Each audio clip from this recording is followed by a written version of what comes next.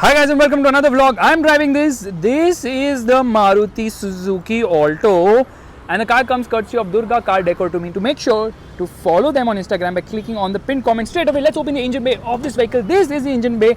So light now, with one finger you can actually move it around. Okay, 800cc engine, no insulation right there, doesn't need insulation. Body colored bumper is one of the features of this car, by the way. And outside rear view mirrors are another feature of this car. Lights are plain and basic. Car is really compact. See the size. Wheels are also very small of this vehicle. In fact, the size of the wheels is like Chintu Pintu. It is 145 80 12. Yeah, 12 inches. That's really very small. In fact, you know what? There's nothing much to talk about other than the fact that it gets these graphics, get this door protector. These are optional extras, obviously. Coming to the rear, again, it says Alto LXI Flash.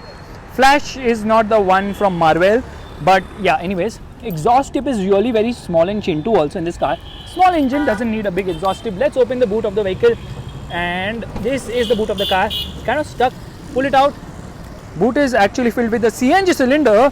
Yep, that is like turbocharging or nitrous oxide. Space is not much at the rear. Decent enough for kids as such. No adjustable headrest either. No door pockets. So yeah, lot of cost cutting here and there, but at this price, what do you expect? The dashboard is plain and simple, not much to talk about. In fact, this is the headlight leveler. This is the security system. I think they call it iCats. And power windows at the front, not at the rear. Seats are okay, fine, not really comfortable. And the dashboard design looks fine. Steering is okay. Just a speedometer and a digital display is what you get. AC controls here. Storage space here. Glove box is Chintu Bintu. Audio control. This is a music system. There's storage space here as well. And there is no ashtray, but there is a cigarette lighter here as well. Twin cup holders, there's storage space there as well. Not much to talk about on the interior front because this car is plain vanilla basic, but it has more keys than most of the luxury cars. Like it has like 4 keys or something of that sort. Here we go. Let's turn on the car.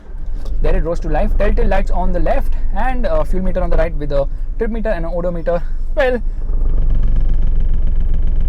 that is crazy amount of vibration. Let's start driving. How close are we behind? We are very close.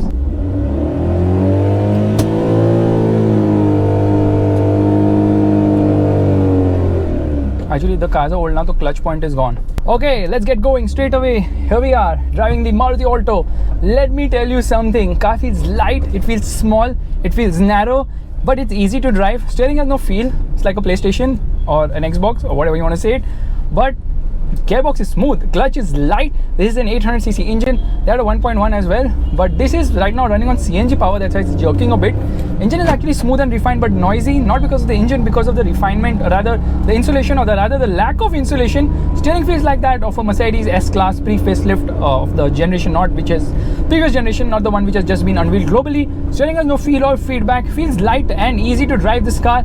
And you know what, the motor is quite punchy because of the light weight of this car. Now in the top end it struggles a bit because CNG, but otherwise the engine does pull nicely to the top end. Low end lag is there. I mean, there's no turbocharger, but still there is lag. You know why? Simply because this is a car which doesn't have great low end grunt, but mid-range is nice. But you don't really care about low end, mid-range or top end in this car because there's no tachometer on offer either. Things are very simple here. Ride quality is fine, but the wheels are small. Suspension is not very complex, so yeah, you have to be careful over bad roads. And handling has a lot of body roll, especially the steering doesn't feel direct at all. So you can see the Alto has its set of flaws. However, what the Alto really does well is fulfill a dream of most Indians to get on 4 wheels, and that's something which is really appreciated about the Alto. At least I love the Alto for the fact that it's got so many people on the roads. Give them an opportunity to fulfill their dreams by getting something which is extremely reliable, easy to drive, efficient as well. This can return a mileage of around 18 to 19 kilometers per liter when driven sanely, not the way I drive, but still, yeah. So that is the USP of the Alto.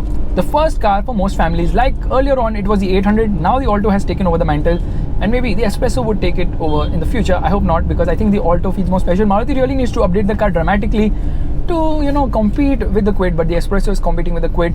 Sometimes the gearbox doesn't really slot into place properly, and the horn is like very weak. It feels meek. Let's take a U-turn.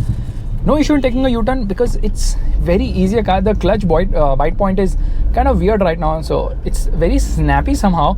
You're taking a U-turn, no problem at all. This is the car which is easy to park, easy to drive, and the Alto is such a good first car that's the reason why the Nano never sold. And off we go. Yeah, it takes its own sweet time to pick up pace, but once it does, I mean, it has more than ample performance for the city. Out on the highway though, it's a little nervous, it's light, it doesn't have great high-speed stability either, but it doesn't need to. But if you are brave, you can actually hit 140 kilometers per hour. The speedometer is so optimistic, it reads 180 kilometers per hour as the top speed. And the top end, it becomes really very noisy. 3-cylinder engine must be producing 800cc, 796cc or somewhere around that. I think this car produces around maybe 40 horsepower, slightly more, 45 horsepower. But who really cares? 70 Newton meters, 72 Newton meters. Somewhere you get the ballpark. You can switch it to petrol if you want. How do we switch? Okay, now we are petrol power, which is like NOS. Yeah, this is the Nano. Because where there's an Alto, there has to be a Nano. The vibes are tremendous at idle, a crazy amount of vibes at idle. And you know, the refinement levels could have been a lot better. You expect Japanese cars to be really refined. Unfortunately, this is not. You get into the gas, it doesn't really pull ahead as such. I mean, you have to work the gearbox pretty much all the time to get going ahead. And on inclines, you can feel that, you know, air conditioning off is like, you actually get a power mode. The sport mode is this, okay? Right now, see, sluggish, sport mode activated. There we are moving ahead.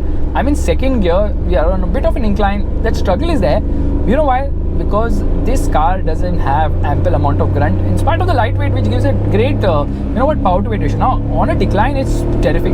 Safety wise, yeah, the Alto is far from being safe in terms of crash worthiness to be spectacularly optimistic.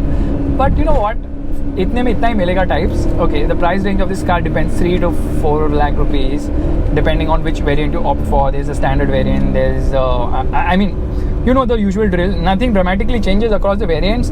Air conditioning is there standard, which is a great boon. So I think the Alto is a very special car because it fulfills the dreams of many Indians, and that's the reason why I'm not going to judge it as not being really well put together or being spectacularly safe. And that's a very optimistic thought today. Let's end this vlog. So short. That's what she said.